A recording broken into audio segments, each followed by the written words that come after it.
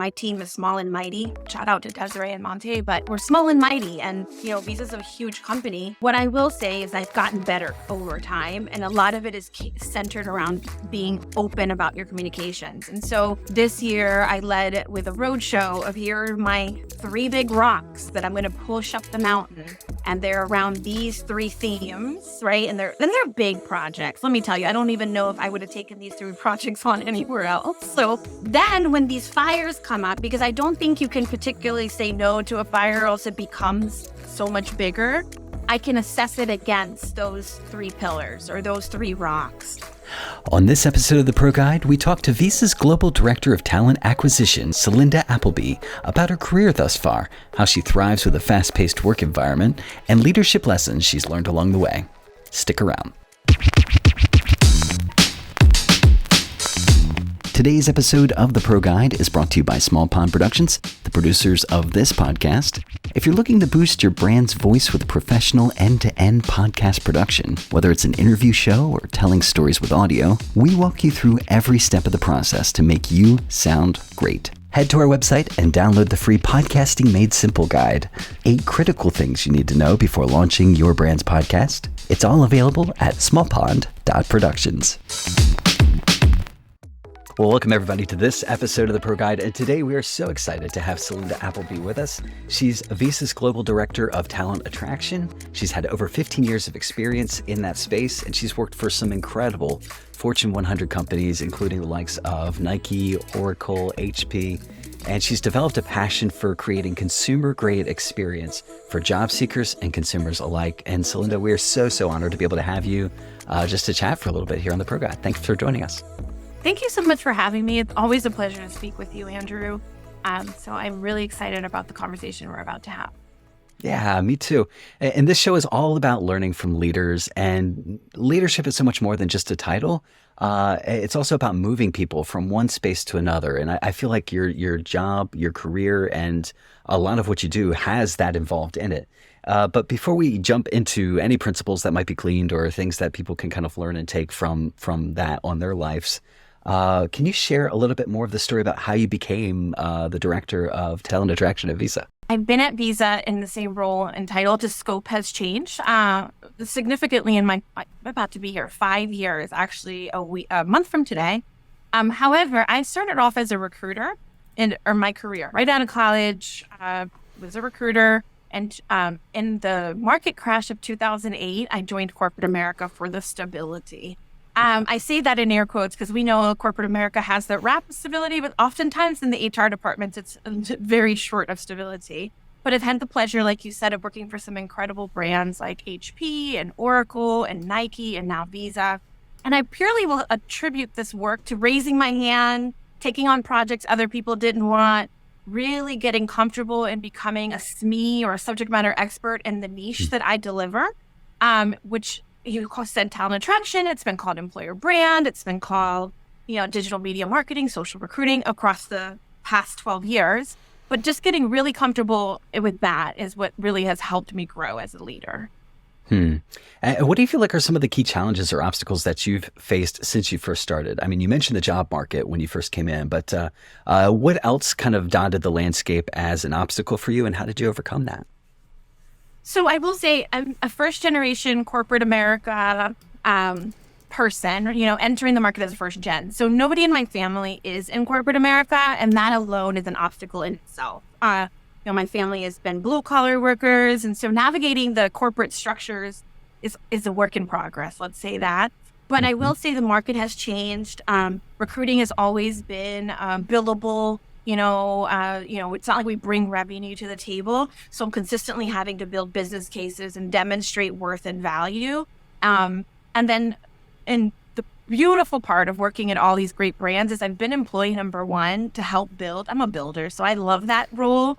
But that comes with zero playbook, zero guidance. More often than not, my managers don't know talent attraction or employer brand. And navigating growth when your leaders don't know what you really do is a difficult challenge oftentimes that you take on without knowing, in addition to building the beautiful magic around you. Yeah, yeah. If there's no playbook and if there's no kind of like systematized set of rules and you're kind of, blazing the trail as you're moving forward, how do you walk that line? And maybe this isn't even the right way to think about it, but how do you walk that space in between I am doing, but I'm also educating people about what the value actually is? Because if they don't understand that, then they don't know the worth. And, the position, even though it is valuable, might, die on the vine there. Oh, 100%. I'm glad that you brought that up. So you do have to spend most of your time building, but educating along the way.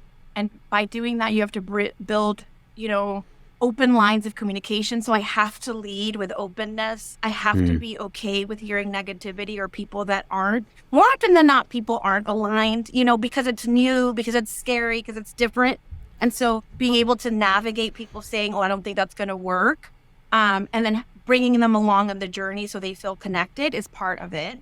I also think building your advisory board, people that are along for the ride, even if they aren't your manager or in your department, but finding little stakeholders all over the company across levels that do believe in you, do help you feel more successful, in celebrating those wins little by little.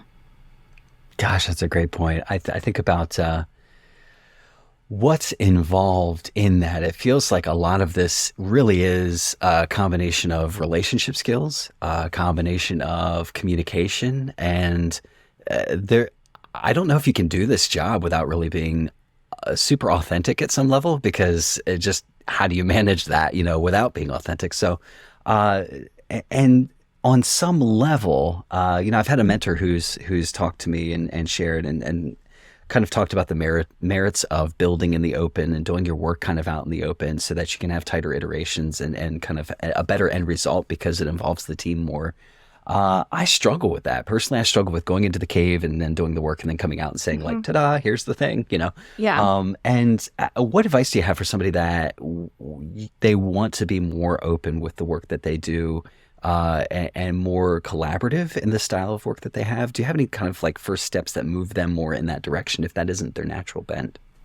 It is truly a work in progress. And I say this because I wasn't like this, from day one. I did just work in my head and keep all of the ideas and then sort of come back and say, this is what we're going to do. And because the work I do is new, I say that in air quotes, or more innovative, or less on something that's continuously done or repeatedly done, I got a lot of naysayers, and that sort of hurt my ego. Because, even if you lead openly, you still have an ego or you still have feelings, right?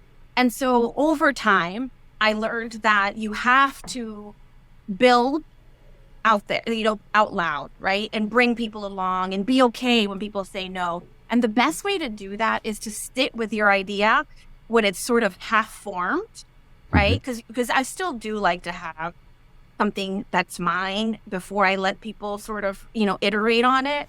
And so instead of taking it fully baked, I take a half-baked project and I open it up immediately. And honestly, I have a career coach that recently taught me this, because like I said, I'm always learning and I'm a work in progress. That's because I'm very excitable, as you can tell. And oftentimes the quieter voices in the room feel intimidated by, my excitability or me coming across as knowing too much and not opening the door to allow people to ideate with me. And so I try to lead. Sometimes I forget, but I try to lead every call by saying, listen, this is this may feel like a fully baked idea, but I'm coming to you for advice and opinion. Feel free to share, cut me off if you will, to share your feedback. Don't take my excitement and passion as this is what I'm asking you to do or telling you to do. I'm looking for your advice. And I do feel when I lead with that, the conversations are a lot more empathetic and kinder than if I lead with, because I'm very direct. So if I lead with, this is what we're going to do, that tends to not bring me a lot of fans. I love that, just adding those extra layers, one or two layers of instruction or one or two layers about how to interpret the behavior that you're about to interact with, helps them kind of know what to do with that and gives them permission to maybe be more authentic if they were feeling more reserved. That helps a lot, actually. Thank you, Celinda. Of course. jump over to leadership style. What would you describe is your current leadership style, and how has that evolved over the years for you?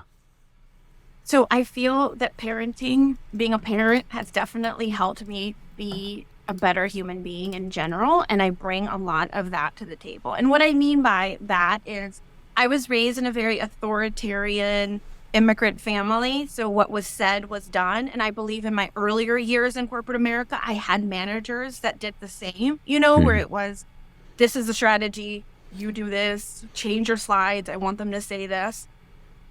And when you're around that kind of behavior, you bring that because that's what you think is right. That's right. But let me tell you, Gen Z does not tolerate that. So No. as you grow, and you don't want to be authoritative. I know that was something that we were taught 15, 16, 17 years ago when I joined the workforce, but that's not who we are as humans now. Yeah. And so like I said, I'm passionate, I'm direct. Oftentimes I speak before I think, but I always lead with empathy, and I apologize in the moment. And that means to my colleagues, that means to my children. I wasn't raised in an environment where people apologize, but I think if you say something, I'm very cautious, about what other people are thinking. And I tend to overanalyze that as well. Yeah. But I do think I evolved as a leader, and my goal is for people to walk away feeling heard, right? They may not feel like I agree with them, because I do reserve the right to agree to disagree, right? We all should, but you should at least feel like I heard you, I respect you, and and above all, I'm a firm believer of work-life balance. So if you report to me, I want you to feel like you can tell me, you don't have to tell me, but I want you to feel comfortable to tell me that you have other things that are more important, because other things will be important. And I never had that as a employee. A leader of mine never made me feel like I could talk about my kids or tell them about, hey, I got invited to go read a book, at pre-K and things like that. And when you're shielding those pieces of your day-to-day, you can't be a great employee. And so even if I mess up on a lot of things, which we do, we're human, I know that anybody that works with me knows that I'm going to value your time outside of work in that 9 to 5 time, because work and life, there's no such thing as a balance. Yeah. Right? It sort of just meshes into all of it. And so you have to respect that. And that is my main philosophy as a leader, is just meeting people where they are. That's so helpful, Celinda. I keep thinking of, I don't know if this is exclusively what informed it. I'm sure it isn't, but the idea of role change specifically into parenting, giving this kind of preview of a more holistic view of life and realizing, my gosh, we are accessing each other as people. Like, I have a real human being on the other side of this conversation versus just compartments of somebody's life, and getting to approach it in that way. I have to, I hallucinate that it's probably a better overall outcome when you interact with people in that way. Even like you said, even if I'm not right, even if I say the wrong thing, we still have empathy and we still understand that, okay, we're working together to try and get this thing done. And I realize I have an actual human being here. This is helpful. What do you have anything to add to that? No. I'm just going to agree with you.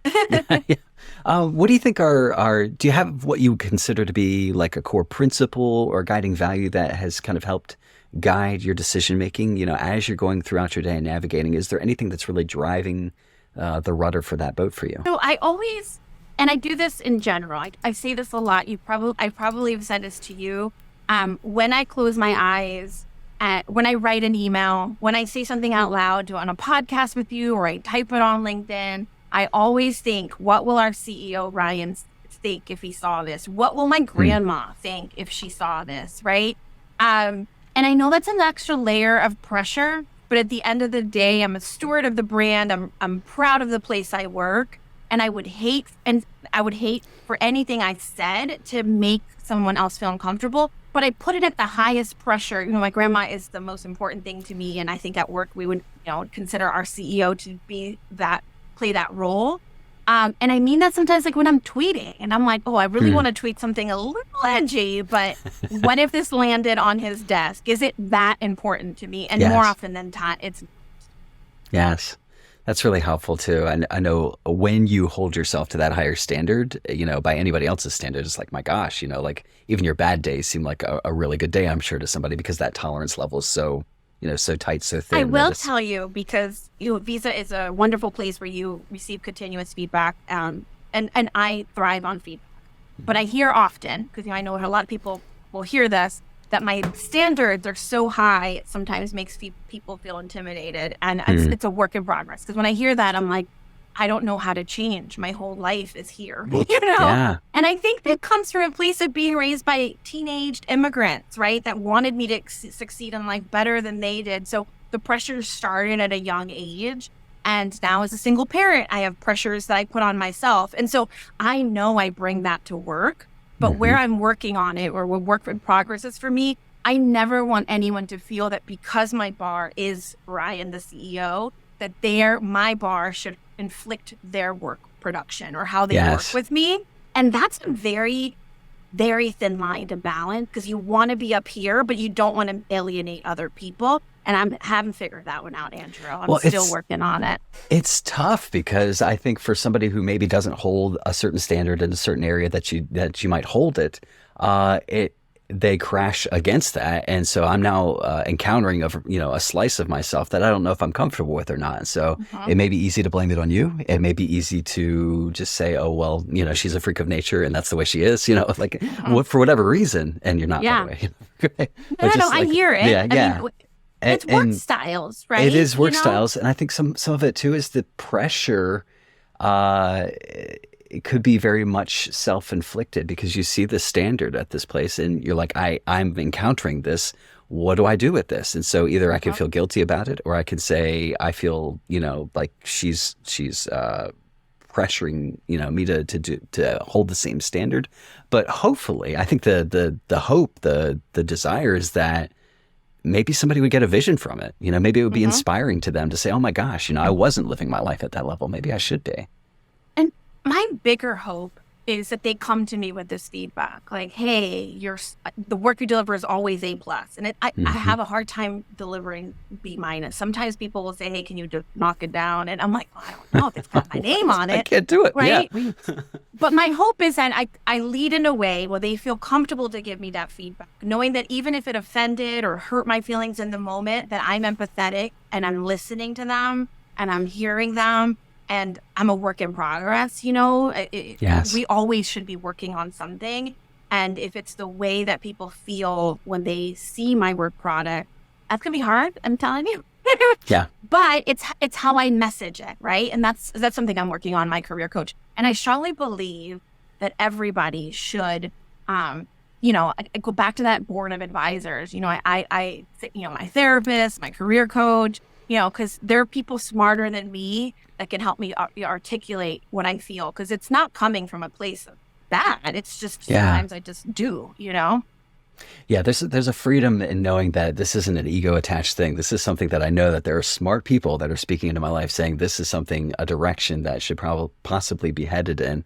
I feel like that is a key there. There's a rest in that, knowing like, okay, well, in some ways it doesn't matter what I think, because it's coming from that space where somebody has a different perspective that I'm trusting and relying on. I would love to know, are there anything that you would consider to be a major setback? I don't know about failure, because I feel like that's a really strong way to put it. And you are where you are right now, and in terms of regrets and all of that, I don't know if we definitely frame it in that way. But and it could be Visa, it could be on your career journey before Visa. But super open-ended question: what in life's experiences have you encountered that you thought, man, I thought that was a good idea at the time? Now looking back, I would say if you're kind of heading behind me a mile or two in your journey and kind of heading in the same direction I am, just skip that slice of it. Oh, for sure. So I'm going to be a little vulnerable. And I definitely have spoken about this, but not fully out loud. Maybe in a series of tweets you could probably pull apart and create the story. Yeah. But back in 2016, Nike recruited me while I was at Oracle. And I had a very large job at Oracle. Wonderful team, about 20 people reporting to me. I wasn't happy at Oracle. I won't talk about that, but when Nike recruited me, Nike had been my favorite brand in the whole wide world. And I'd always talked about Nike and Jordans, and I'm a sneakerhead. And so Nike coming after me, and recruiting me just was like, oh my God. Like when I think about a career high, I was on cloud nine. Yes. And when you're sometimes in those career high moments, or just in any moment where you're at a high, you may not do the due diligence you need to make the decisions because you're leading with your heart and not with your brain. And I took the decision to take the job at Nike with a lower level title, a pay cut, move my children across the country from Maryland to Oregon with zero support, and start in this huge mammoth of a company as employee number one in their attraction team. And looking back, right, like I'm also a big astrology and planet person, Mercury, all the quirky esoteric. Seemed like, oh my God, this is like the manifestation, the law of attraction. But my realist brain, my overthinking brain, I didn't allow it to creep in to shut the dream down. But when you put all of that together, it was a lot to move my 8-year-old twins without help across the country, start a new job. Wow. And also here, I'm going to say this out loud. You should never take a pay cut. You should never take a title change, a demotion in title, especially as a woman, especially as a person of color or someone that's marginalized, because I think the way it was presented to me, and again, no shame to Nike, I didn't ask the right questions. It felt like the trajectory to grow was going to be fast. But after 18 months, it wasn't. I was still in the same place with the same lack of budget, whatever. And so I made the wrong decision for me and my family. It had nothing to do with Nike. And this is a lot of therapy coming out of it. But I do regret that move. I do. I made it based on the love of a brand and the love of trying to be adventurous. I'm not a very adventurous person. And it backfired on me, primarily because you're a parent, bringing your kids into a new state and new friends in the middle of a school year. Like, I don't know what I was thinking. I was way too adventurous. Yeah. But it did bring up its own set of challenges that I don't think I needed to take on. Like, I was doing fine. Wow. So I do regret that moment in our lives. Wow. There's so much to that. Thank you for sharing that, by the way, first of all, because that is a lot of vulnerability. So we definitely appreciate that. But also just the when you say empathy, the idea that emotions are, it can be like a fog, trying to navigate through that, and so difficult, especially when it looks like things are all one way and they end up being a mixed bag. And it's like, how do I say whether or not this was a great or not a great decision? But I do appreciate that, because I think that it's helpful for people to hear. And what I will say is I'd never been courted so heavily by a company, and they had an amazing interview process where, they sent me shoes and books and put us up in these amazing hotels, and I had these black cards. I mean, I realize this is the interview process now, but that was my first time being recruited in that fashion, that it added to that whirlwind of it all. But then you get, in reality, doesn't change. The interview process changed. They snagged me. I was there, and all of that, like, magics, it felt like Disneyland. And then you get there and you're like, oh, okay, now I work here. Like, we're going to have it all, And I will say, it has nothing to do with Nike. It had a lot to do with maybe my maturity level at that time, the way that I approached it, the excitement that Nike found me, it had a lot to do with that. And, and again, my lack of judgment in making that decision. Let me jump over to the work environment. I feel like a reality that a lot of leaders bump up against is that there are more decisions in a day and more things to decide and get done and figure out in a day than they can ever deal with in their day. And there's always more tasks at the end of their day. How do you go about balancing your long-term vision for the role that you're in with the immediate demands and the immediate needs of your team? And how do you decide, do we put out a fire or do we blaze a trail? And just working through that, what methods, what ideas, how do you navigate that? That's also something that is a challenge. My team is small and mighty, and I love, shout out to Desiree and Monte, but we're small and mighty. And Visa's a huge company. What I will say is I've gotten better over time, and a lot of it is centered around being open about your communications. And so this year I led it with a roadshow of, here are my 3 big rocks that I'm going to push up the mountain. And they're around these 3 themes, right? And they're big projects. Let me tell you, I don't even know if I would have taken these 3 projects on anywhere else. So shout out to my team. But then when these fires come up, because I don't think you can particularly say no to a fire, or else it becomes so much bigger. Yeah. I can assess it against those 3 pillars or those 3 rocks and say, okay, this one does fit in here. Or, you know what, that's a wonderful idea. Which of these 3 rocks do you want me to deprioritize to take on that one? And usually they're like, oh, no, like we didn't want that. We wanted you to, But I do think being iterative and over communicating is very helpful. Because if I don't do that, it looks like I'm ignoring, or people don't feel heard, or maybe their project isn't as important as mine. But if I lead in the very beginning saying, these are the things we're committed to, and here's what it means to you, here's my roadmap, it leaves very little to the imagination. I hate operating in the gray. So being as black and white as possible, I think, has been my saving grace at, over time at my career here. So stinking good, Celinda. Gosh, just the idea that that you are, because you're sharing authentically the current reality. People can't say, well, she's avoiding it. And because you're also very open with what the 3 big rocks are, having that difficult conversation allows you to kind of really keep things moving forward the way that they need to. That's excellent. I think that's an excellent way to answer that question. And because, even though you have a high standard too, it's showing where your capacity lies as well. So it's saying, hey, I am a human being. You can't just I'm not a black hole of tasks that people can dump into. So I like to joke that at Visa, everything is talent attraction. And it's twofolded, because it's funny, because I feel like everyone's giving me, access to their project or their addition to their workload, right? Like I'm an extension of that. Mm-hmm. So there's that part. But then there's also the part of I'm a trusted voice and they're giving me a seat at their table. And so it's navigating, because in the moment I feel like, oh my God, another project, right? But then when I sit back on it, I'm like, okay, but they trust me, right? Yes. If they didn't ask me, or they didn't tell me this was on their plate, then I would probably feel slighted later, because why didn't you ask me? So there is a catch-22 with becoming a SME in what you do, and also delivering good work, right? Yeah. Because people want you to be on their team, but also that can be sort of difficult, because it does feel like a fire all the time. But like I said, it's a work in progress. I know I sound super zen about it. You're not catching me off guard with it, but I do think it's a work in progress. There's moments where I'm like, wow, this project is great. What can we get rid of?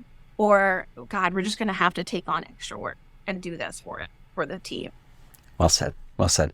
One final question, and feel free to soapbox as much or as little as you like about this. But looking back so far, and what do you see in the wake of your career, in the wake of the work that you've done, that you're the most proud of? And what advice would you give to aspiring leaders that are maybe in a similar position or headed in a similar direction that you are? I think I'm most proud of the way that I'm able to pivot. I've had 7 managers at Visa in my almost 5-year tenure. And as you know, when you have that amount of leaders, every leader has a different priority or a different working style. Or sometimes I've joined a new team, and everything I was working on completely changed. And so I feel like resiliency is something I'm proud of. I don't hold on to thoughts for too long. And so I'm able to just be like, water under the bridge, let's keep it moving. And I know that sometimes is not an innate quality that people have, right? I think we all sometimes just hold on to things a little bit more than we should. And so what I will say is I value the growth I've had, and, being able to say, okay, I thought I was going to do this, but it looks like things have changed, and I'm going to pivot, and we're going to do this with grace, has been something that I definitely have learned over time. Well said. Celinda, I so appreciate this time. This has been awesome. And I know just by interacting and listening and hanging out with your style and method of thinking, I know that people are getting value out of this conversation. So thank you for this. We don't take it lightly. Thank you so much for joining us today. I would love Andrew. to. Yeah, no, I would love to Yes. if you could share any way that people can connect with you or hang out with you or see what Absolutely. you're up to. So I am on LinkedIn. I'm the only Celinda Appleby, so it should be super easy to find me. Actually, I don't think there's many Celindas. So even if you just search for that, I do tweet, and that's at Celly Speaks, or at Celly_Speak. I will be honest, it's less HR, less TA, more parenting, which I call my kids the roomies. So if you ever look up, they're my roommates, and a lot pop culture. Other than that, LinkedIn is probably the best way to reach me. But happy to continue talking to anybody about any of these subjects. If people want to reach out. That's perfect. Thank you so much for joining us. And our thanks to all of you for listening. If you're looking for a quick way to make our day, a review in iTunes or subscribing to this podcast would mean the world to us. Our thanks to Small Pond Productions for sponsoring. And this was The Pro Guide. Learn from leaders, change your life. See you, everybody.